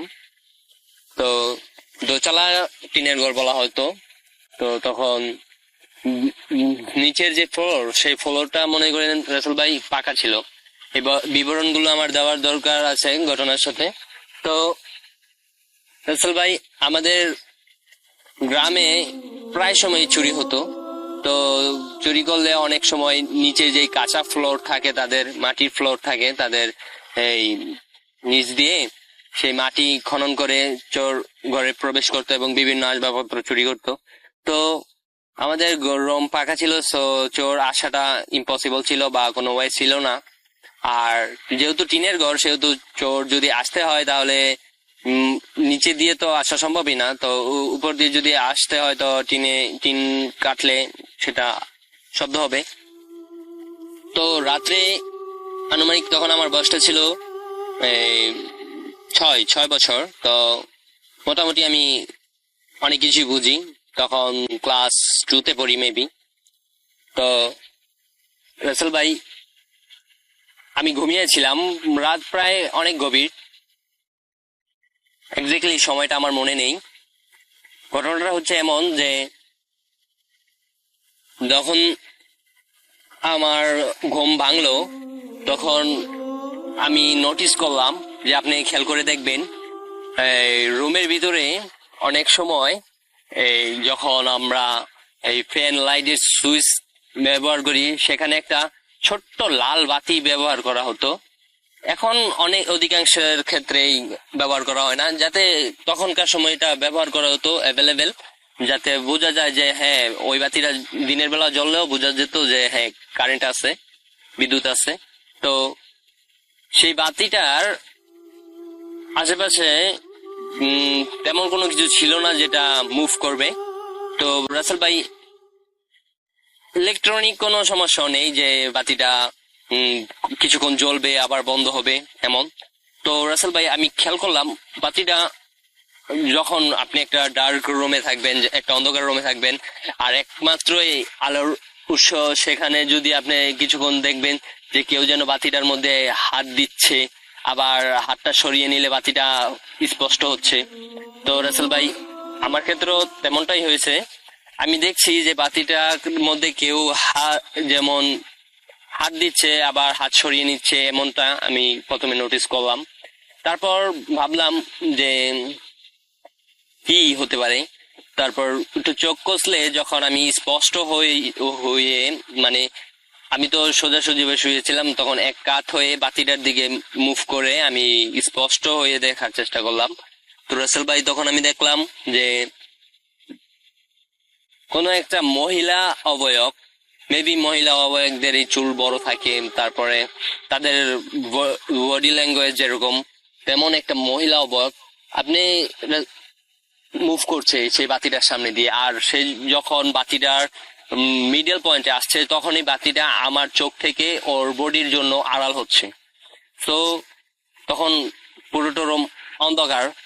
তো রাসেল ভাই, আপনি একটা জিনিস খেয়াল করবেন, যখন একটা অন্ধকার জায়গায় আপনি থাকবেন, তখন কিছুক্ষণ থাকতে থাকতে আপনার একটা চোখের মধ্যে একটা লাইটলি একটা প্রভাব আসবে, যখন আপনি অন্ধকারের মধ্যে বুঝতে পারবেন যে হ্যাঁ, এটা গাছ, এটা মানুষ, এটা মানে বিভিন্ন শেপের জিনিসগুলো আপনি বুঝতে পারবেন, কিন্তু স্পষ্ট চেহারা হয়তো বা দেখবেন না। তো রাসেল ভাই, ঠিক আমার সাথে এমনটাই ঘটছে। তো আমি এই জিনিসটা দেখার পর আমি ভাবলাম যে আমার আম্মু সম্ভবত উঠছে। তো তিনি উঠছে, ভালো কথা, তো পাইচারি করছে কেন ঘরের ভিতরে? আমি আমার আম্মুর সাথে ঘুমাই। আমার আম্মু মাঝে থাকে, আমার আব্বু এক সাইডে থাকে আর আমি এক সাইডে থাকতাম। তো বুঝতে পারছেন তখন আমার বয়স 6 বছর। তো আমার ফ্যামিলিতে রাসেল ভাই আমি একা। তো যখন আমি আমার পাশে হাত দেই, দেখি আমার আম্মু আমার সাথে আছে, তাহলে ওটা তো আমার আব্বু হওয়া ইম্পসিবল, কেননা আমি যেটা দেখছি এটা একটা নারী মূর্তি। তো রাসেল ভাই স্টিল সেটা তখনও মুভ করছিল এদিক থেকে ওদিক, কিন্তু তার বডিতে কোনো ঝাঁকুনি বা একজন মানুষ হাঁটলে দেখবেন একটু বডি শেক করে, কিন্তু তার বডিটা যেমন মনে হচ্ছিল ভেসে ভেসে যাচ্ছে রাসেল ভাই, সে কোনো স্টেপ ফেলে যাচ্ছে না। তো আমি আমার আম্মুকে আস্তে আস্তে জাগানোর চেষ্টা করি। মানে আমার ভিতরে সেই ভয়টা ছিল না যে আমি চিৎকার করব বা এমন কিছু। আমি আস্তে আস্তে আমার আম্মুকে বলি, আম্মু আম্মু। তো আমার কথা শুনে আম্মু ওঠে। ওঠার পরে রাসেল ভাই আমি যখন আমার আম্মুকে জিনিসটা দেখানোর চেষ্টা করছিলাম, আম্মু বলছে কই কি, কিছুই তো নাই। তারপরে আব্বুকে জাগানো হয়, তারপরে আব্বুও দেখলো কিছু নাই। তো লাইট জ্বালানো হয়। লাইট জ্বালানোর পরে মেক শিওর কিছু নেই, এমনকি কোনো দড়ি বা কোনো তার কিছুই নেই রাসেল ভাই। আর ওইখানে এমন কোনো কিছু থাকারও কথা না, বা মানে একটা ফ্যান, একটা লাইট বা সুইচ, কোনো প্লাগ সিস্টেমের কোনো সুইচ নেই যে সেটা মুভ করার সময় আলোটা অফ অন হবে। মানে রাসেল ভাই স্পষ্ট আমি দেখছি যে সেটা একটা মহিলা মূর্তি ছিল। তো এটা ছিল একটা ঘটনা। তারপরে আব্বু আম্মু আমাকে একটা সান্ত্বনা দিল যে ঠিক আছে, কোনো ব্যাপার না, এমনটা হয় অনেক সময়, তুমি হয়তো বা স্বপ্ন দেখছো। তো আমি রাসেল ভাই স্পষ্ট ছিলাম। তো এটা ছিল আমার একটা ইনসিডেন্ট। তো তারপর রাসেল ভাই আরেকটা ঘটনা যেটা হতো সেটাই অনেকটা উইয়ার্ড, কিন্তু আমি আপনাদেরকে বলি, সচরাচর বাচ্চারা কিংবা যে কোনো মানুষই টিকটিকি দেখলে একটু অ্যাভয়েড করে। তো টিকটিকিটা সবার জন্য কিউটনেস এর কোনো জায়গা থাকে না টিকটিকির ক্ষেত্রে। যারা এনিম্যাল লাভার তারাও টিকটিকি দিক দিয়ে বলা চলে একটু অ্যাভয়েড করে চলে। তো আমি রাসেল ভাই স্বপ্নে নাকি ঘরের মধ্যে, এটা সম্ভবত আমি জানি না রাসেল ভাই, তখন আমার বয়স মেবি 8 কিংবা 7। তো প্রায় রাতেই, মানে হয়তো বা 2-1 দিন গ্যাপ দিয়ে এরকম আমি দেখতাম যে আমার একটা টিকটিকি আমাদের যে টিনের ঘর, সেই টিনের ঘরের যেই সিমেন্টের পাল্লাগুলো ছিল সেই সিমেন্টের পাল্লা দিয়ে বেয়ে বেয়ে উপরে ওঠে। তো আমার খাটটা সিমেন্টের পাল্লার সাথে একবারে লাগানো ছিল। তো সে সেখানে ওঠে। ওঠার পর রাসেল ভাই এই আস্তে আস্তে সে কিভাবে যেন আমার বিছানায় চলে আসে। বাট রাসেল ভাই একটা কথা বলে রাখি যে মশারি দিয়ে আর কি পুরোটা খাট আর কি কাভার করা, কিন্তু মশারি মানে সে যেমন বাতাসের মতো করে, মানে মশারি টশারি কিছুই নাই, এমন ভাবে সেই আর কি আমার খাটে চলে আসে। সো আমি সেটাকে ভয় পেতাম না রাসেল ভাই। আমি সেটাকে ভয় পাওয়ার কোনো কারণ ছিল না, সেটা আমার মানে একদম ফ্রেন্ডলি এরকম একটা অবস্থা ছিল। সো আমি দেখতাম যে সেটা, মানে আমি অনুভব করতাম যে টিকটিকিটা হাসছে এবং সে আস্তে আস্তে আমার কাছে আসছে। এবং রাসেল ভাই আমি আমার 2 পা এবং 2 হাত দিয়ে মানে পিঠটা যাতে চকিতে না ঠেকে, বা আমি যে বিছানায় শুয়ে আছি সেটা সেখানে না ঠেকে এরকম ভাবে উঁচু হয়ে থাকতাম। তো সেটা আমার পিঠের নিচে ঘুরতো, মানে স্টিল ঘুরতো আর কি, যেভাবে একজন মানুষ ঘুরলে যেরকম হয় ঠিক এরকম, বা মানে সে চক্কর কাটতো। তো রাসেল ভাই আমি অনেক সময় থাকতাম, যখন দেখতাম আমার হাত পা অবশ হয়ে আসছে, মানে আমি আর রাখতে পারছি না, আমার পিঠটা তার শরীরে ঠেকে যাবে, তখন রাসেল ভাই আমি চিৎকার দিয়ে উঠতাম। তো এই ঘটনাটা স্টিল আমার সাথে প্রায় 2 থেকে 2.5 বছর হয়েছে এবং আমি চিৎকার দিয়ে উঠতাম। কিন্তু রাসেল ভাই একটা জিনিস আপনি খেয়াল করবেন, যে স্বপ্নে হলে সে আমার পা হাত পা তো অবশ হওয়ার কথা না। তো সেটা হয়তো বা আমি স্বপ্নে শুধু খালি দেখবো, কিন্তু রিয়েলাইজ তো করা সম্ভব না। কিন্তু রাসেল ভাই আমি যখন ঘুম ভাঙতো আমার পা হাত পা একদম অবশ হয়ে যেত এবং আমি হুড়মুড়িয়ে উঠে পড়ার চেষ্টা করতাম এবং আমার আম্মু আমাকে টেনে তুলতো এবং ওনার কাছে নিয়ে যেত, বলতো বাবা কি হয়েছে, কোনো সমস্যা নাই, কোনো কিছু হয় নাই। তো মনে করতো যে হ্যাঁ আমি খারাপ স্বপ্ন দেখতাম। তো এইরকম একটা ঘটনা আমার সাথে ঘটতো রাসেল ভাই।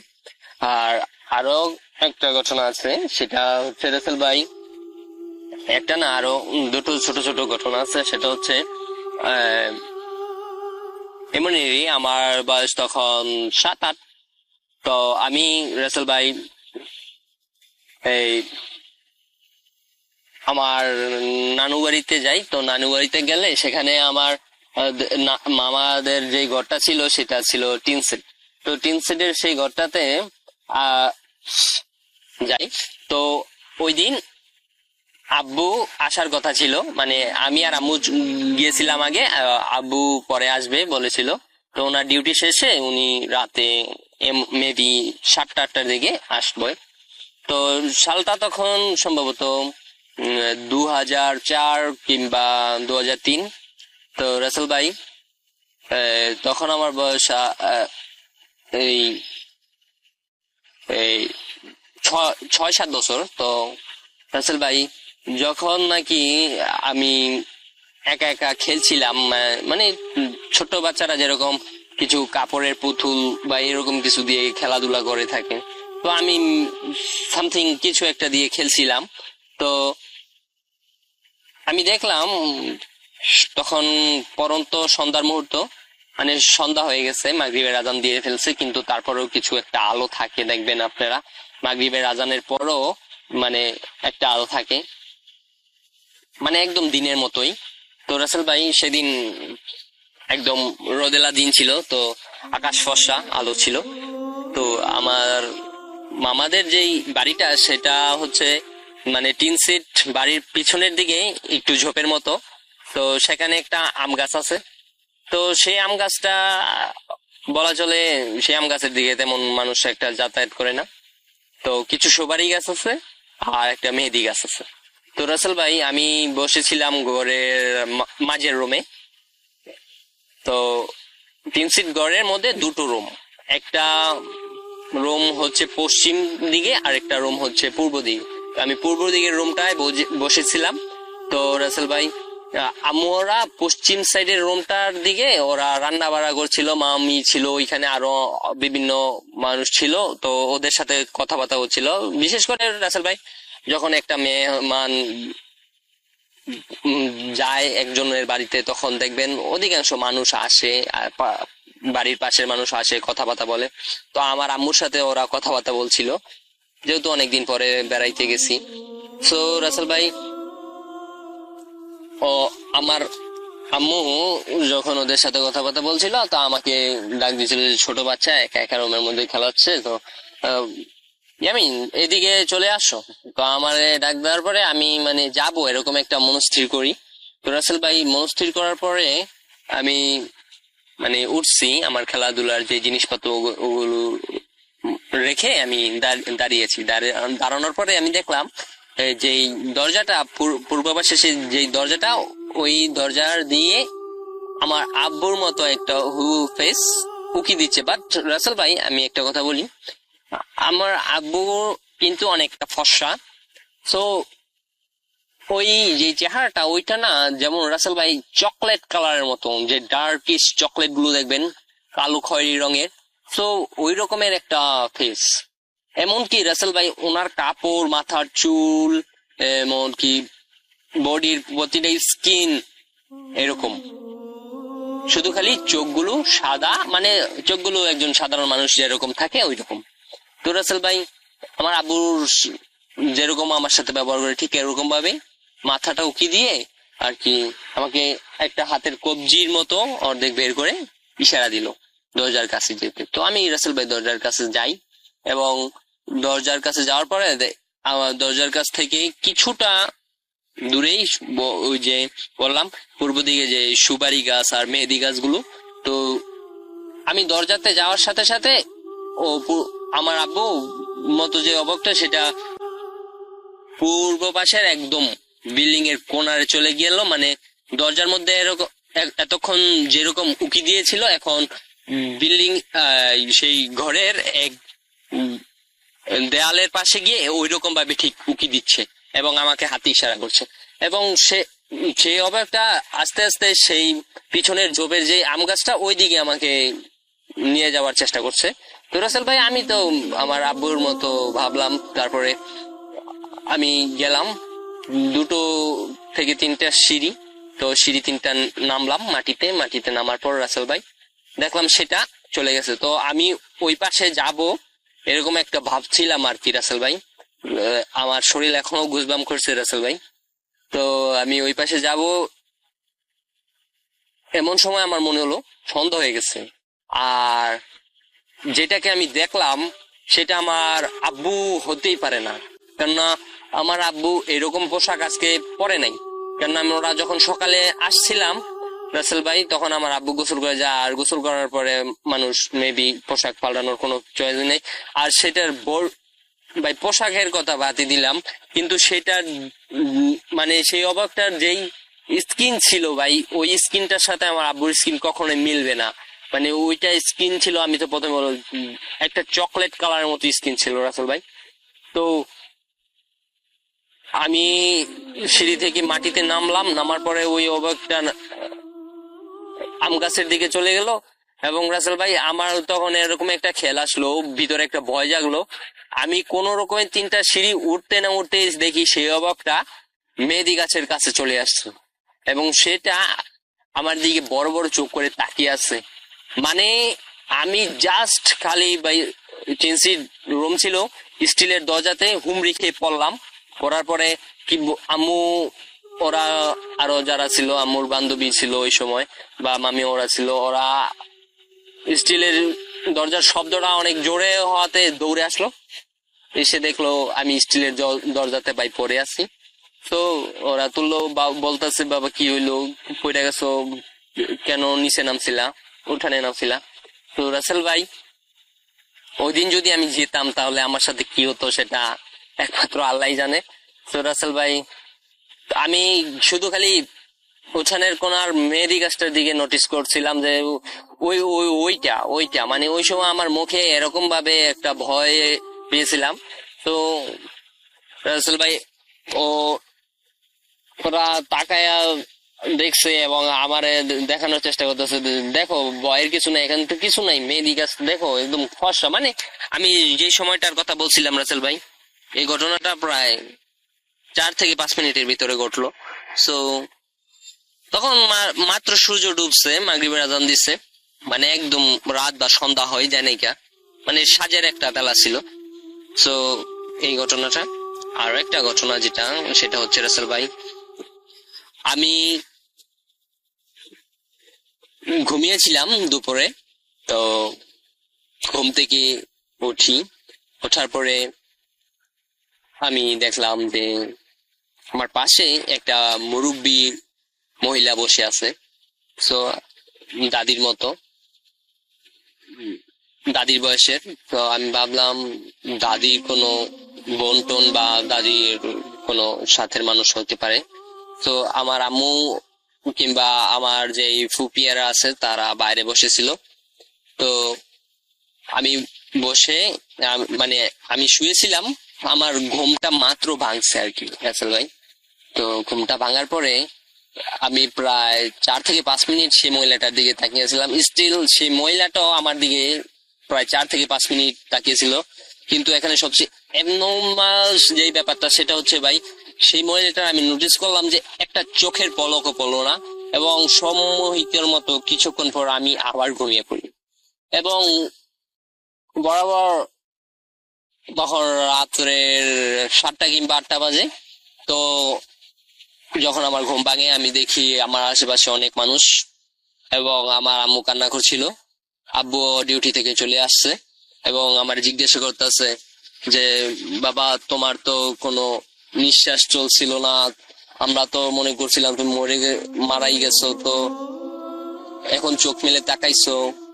তো রাসেল ভাই যদি এই ঘটনাটা আমার সাথে আরো বেশি সময় ঘটতো তাহলে কি হতো আমি জানতাম না, হয়তো বা তারা আমাকে দাফন টাফন করে ফেলতো।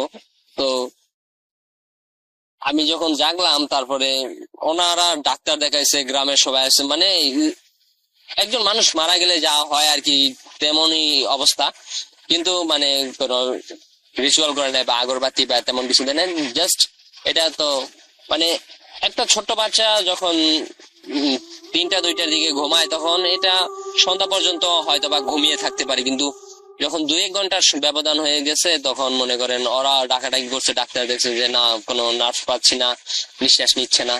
তো রাসেল ভাই এর ভিতরে কি হচ্ছে, আমার জাস্ট মনে হচ্ছে যে আমি ঘুমিয়েছিলাম। তো আমি তারপরে আমার আম্মুকে জিজ্ঞেস করলাম, আচ্ছা বিকালে কি ঘরে কেউ আসছিল, যে মুরব্বী টাইপের দাদির মতো কেউ? তো আমি যেরকম বিবরণ দিলাম যে এরকম এরকম, তারা বললো যে না এমন কেউ আসে নাই, এমন কেউ নেই তাদের জানা মতে।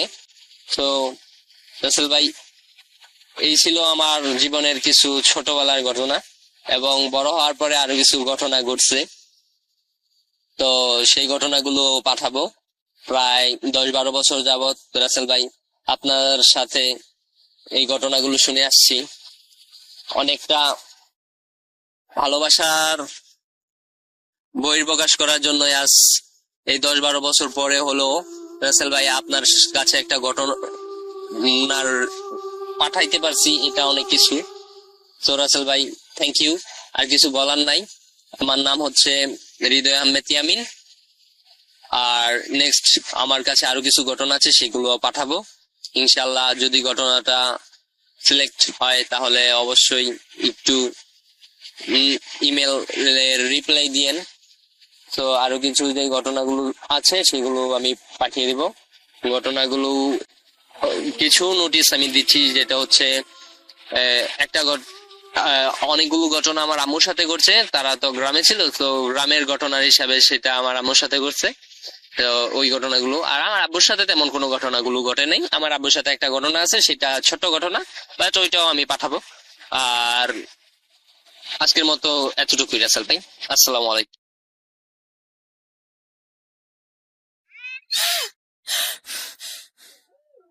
আজ আবার শুনতে পাচ্ছেন শব্দটা? ভয়ের আরেক নাম ভূত.com with Russell.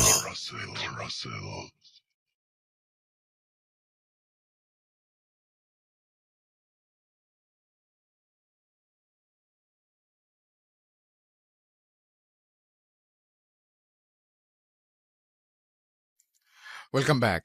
আর সময় বেশি নেব না, কারণ অনেকে খেলার মধ্যে ঢুকে পড়েছেন। আমরা আমাদের শেষ যে স্টোরিটা, সেই স্টোরিটা আজকে শুনিয়ে দেব, এবং তারপরে আপনারা খেলা দেখতে পারবেন মন দিয়ে। চলে যাচ্ছি আমাদের পরবর্তী ঘটনায়, সাথেই থাকুন। কেন কেন তুমি আসো? আমি শুধু তোমার সাথেই থাকতে চাই। তুমি চলে যাও, চলে যাও, প্লিজ চলে যাও। .com with Russell.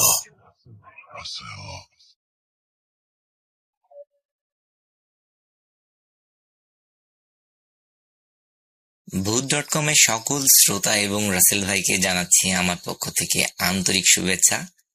আমি সোহাগ চক্রবর্তী, যশোর থেকে আপনাদের জন্য আবারও একটি ভয়ানক ঘটনা নিয়ে হাজির হয়েছি। মজার ব্যাপার হচ্ছে, ঘটনাটি আজকে যে ঘটনাটি আমি শেয়ার করতে যাচ্ছি, এই ঘটনাটি যিনি শেয়ার করেছেন ওনার নাম রাসেল, এবং রাসেল ভাই পেশায় একজন মাছ ব্যবসায়ী। উনি মাছের চাষ করে থাকেন ঘেরে। গত 135তম পর্বে মাছ নিয়ে আমার একটি ঘটনা প্রচার হওয়ার পরে উনি ওই ঘটনাটি শুনে ওনার কাছেও একটি ভয়ানক ঘটনা আছে এটা আমাকে জানায়, এবং আমাকে ইনভাইট করে যে ওনার কাছ থেকে যে ওই ঘটনাটি শোনার জন্য। সো আমিও আর ওই লোকটি সংবরণ করতে পারি না, আমি রাসেল ভাইয়ের সাথে গিয়ে দেখা করি এবং জানতে পারি রাসেল ভাই দীর্ঘদিন যাবৎ মাছের ব্যবসা করে আসছেন।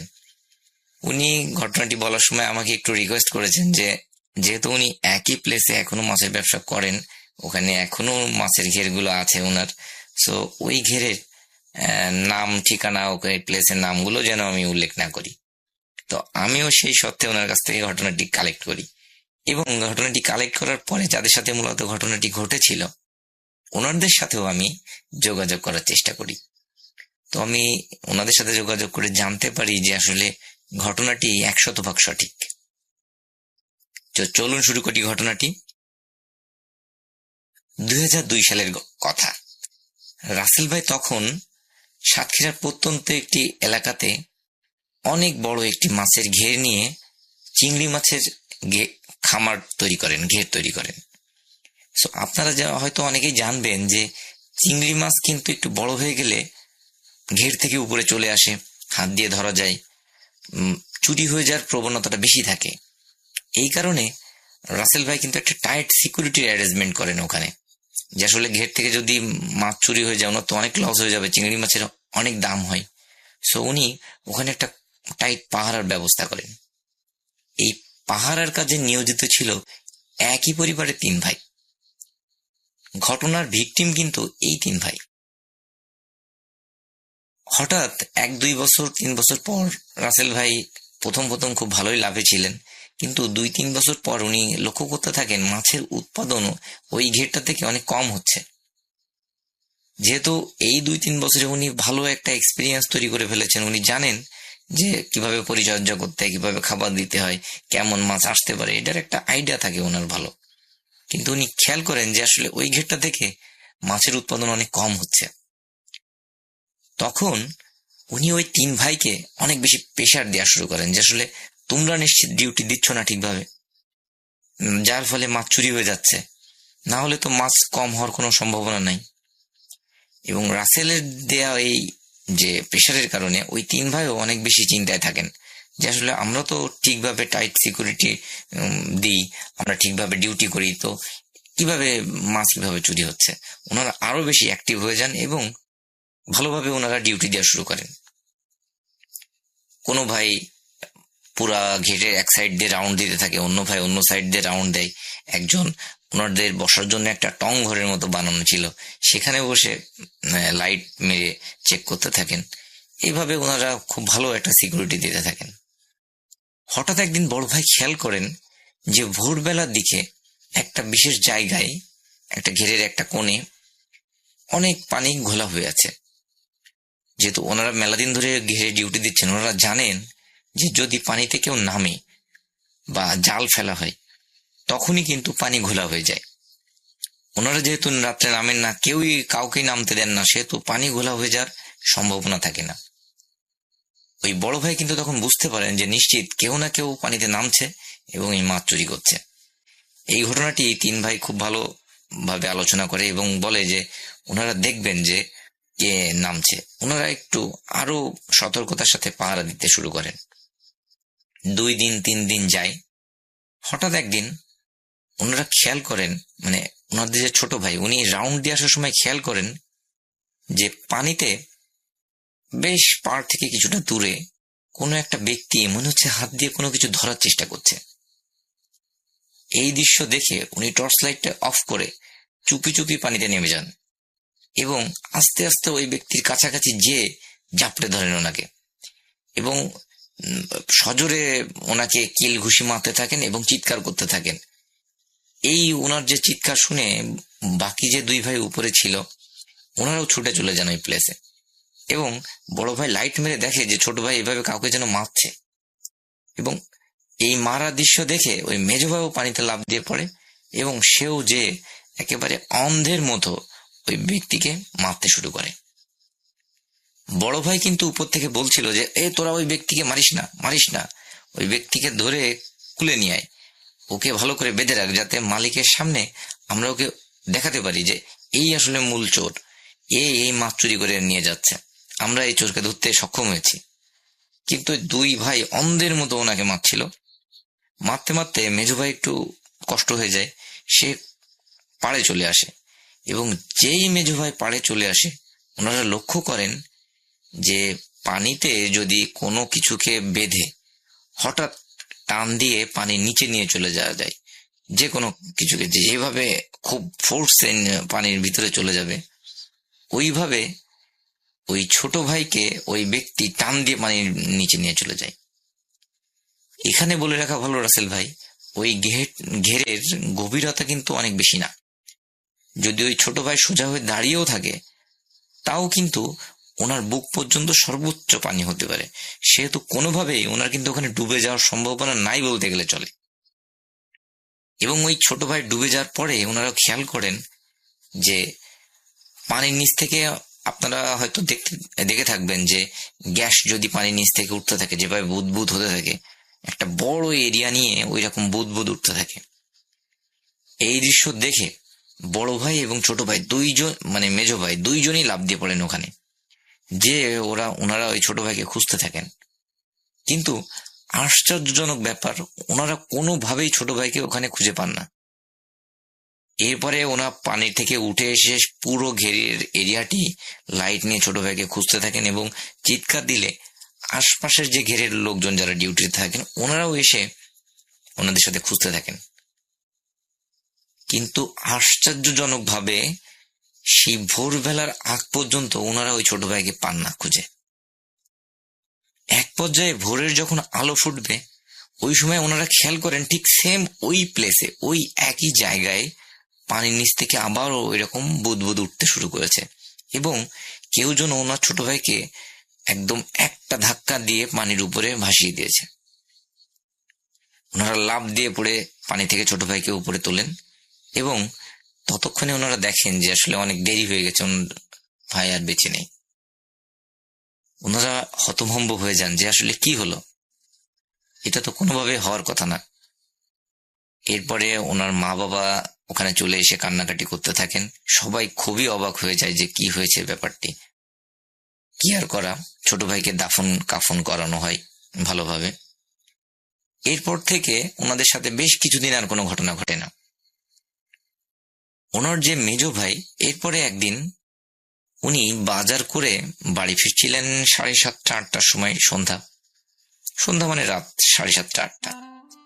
সো ওনাদের বাড়ি আসতে কিছুটা আগে একটা বড় নারকেল গাছ এবং তারপরে একটা বড় গাব গাছ আছে।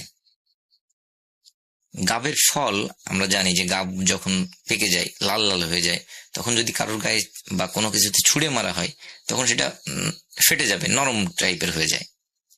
তো ওই মেজো ভাই যখন বাজার করে নিয়ে ওই গাছের নিচ দিয়ে আসছিল, তখন উনি খেয়াল করেন যে ওনার সামনে, ওনার পিছে, এমনকি এক পর্যায়ে ওনার মাথায় গায়ে কেউ যেন গাব ছুঁড়ে মারছে। এই দৃশ্য দেখে উনি কিন্তু ব্যাপক আকারে রেগে যান যে আসলে কোনো শয়তান লোকজন এরকম কার্যক্রম করছে। উনি মারাত্মক ক্ষেপে যান। ওনার কাছে বড় একটি 5 ব্যাটারির লাইট থাকে। ওই লাইটটি উনি গাব গাছে মেরে ভালো করে চেক করেন যে আসলে এই কাজটি কে করছে। ওনার যেহেতু মাথাটাতে ব্যথা লেগেছে, উনি অনেক বেশি রেগে গেছে। আশ্চর্যজনক ব্যাপার, উনি যখন গাছে লাইট মেরে দেখে ওখানে কেউই নাই, কিন্তু তখনও কিন্তু অদৃশ্য থেকে মনে হচ্ছে কেউ গাব ওনার দিকে ছুঁড়ে মারছে।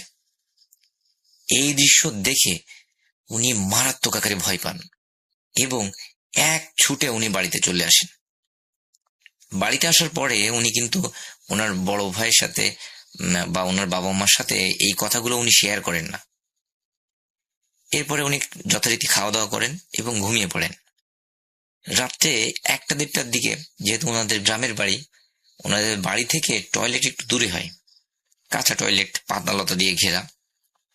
সো উনি টয়লেটে যাবেন। উনি লাইট নিয়ে টয়লেটে যান। টয়লেটের এরিয়াটা বেশ বড়। উনি যখন টয়লেটের মধ্যে ঢুকে উনি ব্যাপক আকারে ভয় পেয়ে যান। উনি দেখেন যে ঠিক ওনারা যে রকম লোককে ওই ঘেরের মধ্যে মেরেছিল, সেম ওইরকম টাইপের একজন লোক ওখানে দাঁড়িয়ে। তার গায়ে মনে হচ্ছে একটা কালো চাদর দেয়া। যেই উনি টয়লেটের মধ্যে ঢোকেন এবং ওই লোকটি ওই চাদর ওনার গায়ের উপরে ফেলে প্রচন্ড মারা শুরু করেন ওনাকে এবং ওনাকে তুলে তুলে মাটিতে আছাড় দিতে থাকেন। এক পর্যায়ে যখন উনি একেবারে নাজেহাল অবস্থা, উনি আর পারছিলেন না, সেরকম পর্যায়ে ওই কালো অবয়বটি বা ওই কালো অবয়বের মতো লোকটি ওনাকে ওই কাঁচা টয়লেটের মধ্যে ফেলে দেন।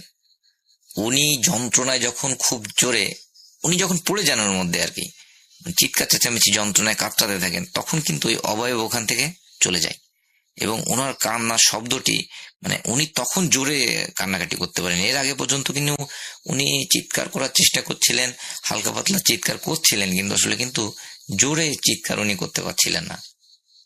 কিন্তু যখন এই অবয়বটি চলে যায় তখন উনি জোরে চিৎকার করতে পারেন, এবং ওনার চিৎকার শুনে ওনার বাসা থেকে ওনার মা, ভাই, বাবা সবাই বেরিয়ে আসেন এবং এসে দেখেন যে ওনাদের টয়লেটটি কিন্তু অনেক গভীর। ওই গভীর টয়লেটের মধ্যে উনি পড়ে আছেন এবং ওনার হাতে তখন ওই টর্চ লাইটটি জ্বলছে। ওনারা অনেক কষ্টে দড়ি টড়ি ফেলে ওই টয়লেটের মধ্য থেকে ওনাকে টেনে তোলেন উপরে। ওনার অবস্থা এতটাই খারাপ ছিল, উনি কথা বলার মতো কোনো পরিস্থিতিতে ছিলেন না। ওনাকে ভালো করে ওয়াশ করে ওনাকে ওনার বাবা কিছু পানি পড়া দেন, সেইগুলো খেয়ে উনি ঘরে নিয়ে যে ওনাকে শুইয়ে দেওয়া হয়। এরপরে যখন সকাল হয়, সকাল হওয়ার পরে ওনার সাথে আরো কিছু আজব ঘটনা ঘটতে থাকে। উনি পাগলের মতো প্রলাপ বকতে থাকেন, মাঝে মাঝে আবার ঠিক হয়ে যান।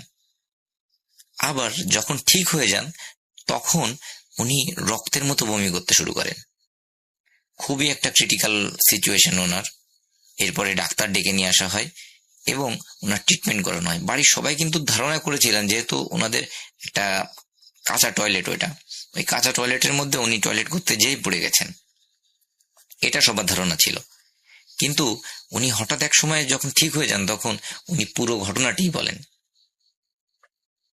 সবাই এই পুরো ঘটনাটি শুনে অনেক বেশি ভয় পেতে শুরু করেন এবং আশপাশের ওনাদের যে প্রতিবেশী ছিলেন তারা বলতে থাকেন যে আসলে ওই ঘেরের আশপাশে এক সময় পিশাচের উপদ্রব ছিল, যারা মানুষের বিভিন্ন রকম ক্ষতি করত, মানুষকে ভয় দেখাতো, বাচ্চাদের মেরে ফেলতো, এরকম বহু ঘটনা ঘটতো।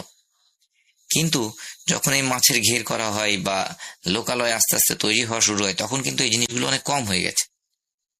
তো এই সব কথা শোনার পরে ওনার বাড়ির লোকেরাও কিন্তু অনেক বেশি ভয় পাওয়া শুরু করেছিলেন। ওনারা একটা কবিরাজকে ডেকে আনেন এবং ওই কবিরাজকে ডেকে এনে কিছু পানি পড়া টড়া তাৎক্ষণিকভাবে দেন। কিন্তু আশ্চর্যজনক ভাবে ওই মেজ ভাই সন্ধ্যা 6টা পর্যন্ত বেঁচে ছিলেন।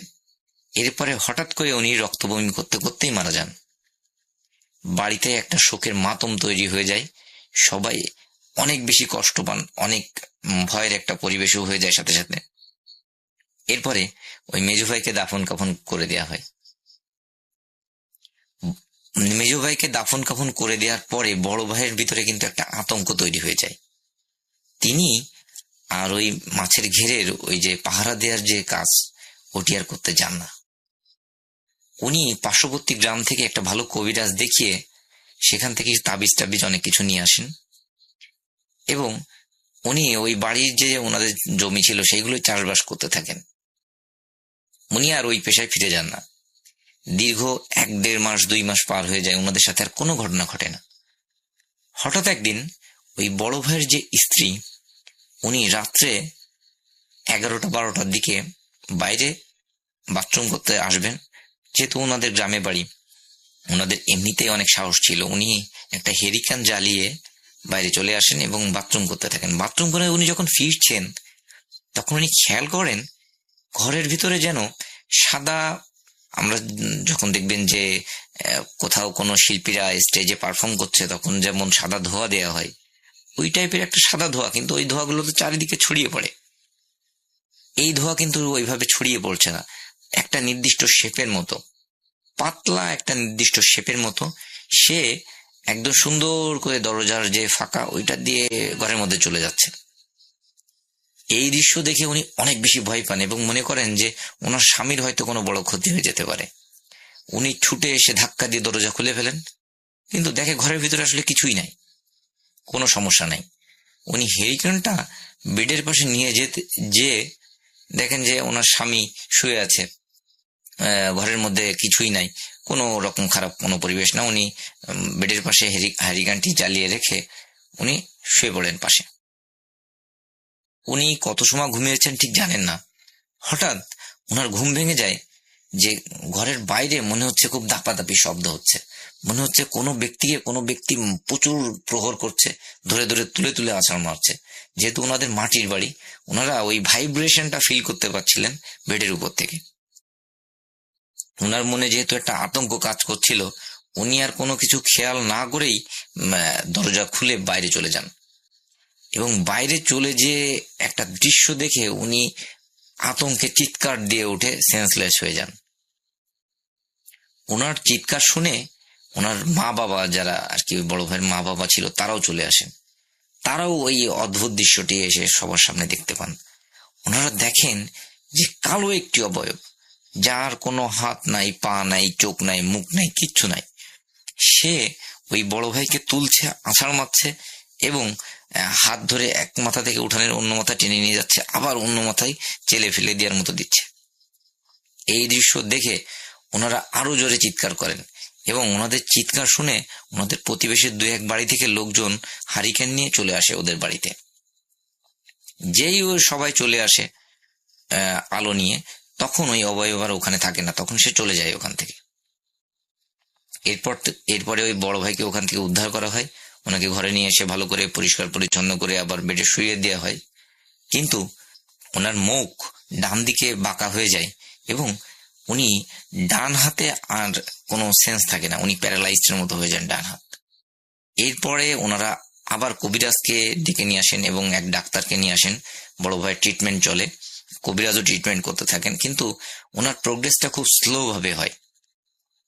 কবিরাজ অনেক কিছু শুনে, সকলের কথাবার্তা শুনে ওনাদের বাড়ি পরপর 3 দিন আসেন এবং ওই কবিরাজ সাথে করে একজন মৌলানাকে নিয়ে আসেন, যিনি 3য় দিন এসে ওনাদের বাড়ির চারিপাশে বোতলের মধ্যে কিছু একটা লিখে ভরে বাড়ির চারিপাশে পুঁতে দিয়ে যান। এরপর থেকে ওনাদের দ্বৈত ট্রিটমেন্টে উনি আস্তে আস্তে সুস্থ হতে থাকেন। কিন্তু সুস্থ হলেও উনি কিন্তু ওই এক পাশে খুঁড়িয়ে হাঁটেন, একটা হাত প্যারালাইজ থাকে এবং মুখ এক সাইডে বাঁকা হয়ে থাকে। উনি যখন একটু সুস্থ হয়ে যান, তখন সবাইকে ওই রাতের ঘটনাটি বর্ণনা করেন। উনি বলেন যে উনি হঠাৎ ঘরের মধ্যে ঘুমিয়েছিলেন, কোনো প্রবলেম না, হঠাৎ উনি খেয়াল করেন যে ঘরের তাপমাত্রা অনেক ঠান্ডা হয়ে যাচ্ছে, মনে হচ্ছে একটা শীতল বাতাস এসে ওনার গায়ের উপর দিয়ে চলে যাচ্ছে। এক পর্যায়ে এত বেশি ঠান্ডা লাগতে শুরু করে, উনি কাঁথা খোঁজার জন্য উঠে বসেন। উঠে বসে উনি খেয়াল করেন যে ওনার সামনে বড় একটা শেপের কোনো মানুষের মতো কিছু একটা দাঁড়িয়ে আছে, যেটি সাদা, সেটি কিন্তু কালো না, সাদা। এবং সে এক টান দিয়ে হঠাৎ ওই বড় ভাইকে রুমের বাইরে নিয়ে যায় এবং বাইরে নিয়ে গিয়ে ওনাকে প্রচন্ড প্রহার করা শুরু করেন, ওনাকে ধরে মাটিতে আছাড় মারেন। উনি যখন আর পেরে উঠছিলেন না, ওনার গায়ে যখন আর বল ছিল না প্রতিহত করেন, তখন উনি শুনতে পান যে তোরা আমার ভাইকে মেরেছিস, আমার ভাইকে আহত করেছিস, তোদের কাউকে আমরা আর বাঁচিয়ে রাখবো না। এইটুকু উনি সর্বোচ্চ শুনতে পান। এরপরে উনি সেন্সলেস হয়ে যান। এই কথা শোনার পরে কবিরাজরা ওনাকে অনেক তাবিজ দেন, ওনাকে অনেক পারনি পড়া দেন, বাড়িগুলো বন্ধ করে দেন এবং ওনার সাথে একটা লাল কাপড়ের মধ্যে কিছু জিনিস লিখে ওনাকে বলেন যে ওনার মাজায় হোক বা গলায় হোক বা যে কোনো জায়গায় এই জিনিসটা লাল কাপড়ে এইভাবেই রাখার জন্য। যতদিন উনি এটা ঠিকভাবে রাখতে পারবেন, আশা করা যায় ওনার কোনো সমস্যা হবে না। ওই বড় ভাই রাসেল ভাই এখনো বেঁচে আছে। ওর পর থেকে ছোটখাটো সমস্যা হলেও বড় তেমন কোনো সমস্যা হয়নি, কিন্তু উনি অতটা সুস্থভাবে আর চলাফেরা করতে পারেন না। উনি উপার্জনক্ষম অবস্থায়ও আর তেমন একটা নাই। উনি যখন ঘটনাটি আমার সাথে শেয়ার করছিলেন, উনি অধরে কাঁদছিলেন যে উনি ওই ঘেরের ডিউটি দিতে যে 2 ভাইকে হারিয়েছেন, ওনার জীবনটা এত কঠিন হয়ে গেছে। সো এটি ছিল আমার ঘটনা রাসেল ভাই। যদি ঘটনাটি আপনাদের ভালো লেগে থাকে, তাদের উদ্দেশ্যে ঘটনাটি শেয়ার করবেন এবং সবাই ভালো থাকবেন।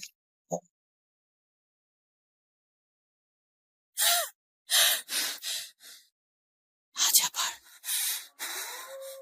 শুনতে পাচ্ছেন শব্দটা? ভয়ের আরেক নাম ভূত.com with Russell.